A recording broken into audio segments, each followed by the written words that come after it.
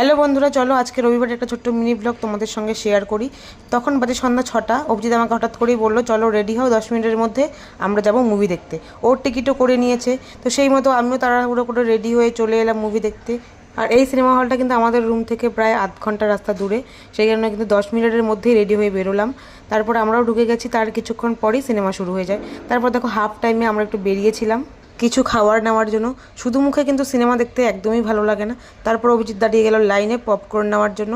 তারপর দেখো ও নিয়ে নিল পপকর্ন আর নিয়ে নিল সিঙ্গারা। তারপর খাবার নিয়ে আমরা চলে এলাম আবার সিনেমা হলে। তো এদিকে কিন্তু হাফ টাইম শেষ হয়ে গেছে আর এদিকে আবার সিনেমা শুরু হয়ে গেছে।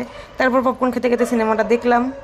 আর হ্যাঁ, কথা বলতে বলতে কিন্তু আমি সিনেমার নামটা বলতেই ভুলে গেছি। সিনেমার নাম ছিল কল্কি। তোমরা কে কে এই সিনেমাটা দেখেছো অবশ্যই কিন্তু কমেন্টে জানাবে। আমি কিন্তু দেখে আসলাম। সিনেমা হল থেকে বেরিয়ে আর কোথাও দেরি না করে সোজা চলে আসি রুমে। তো বন্ধুরা, আজকের মিনি ব্লগটা এতটুকুই। টাটা।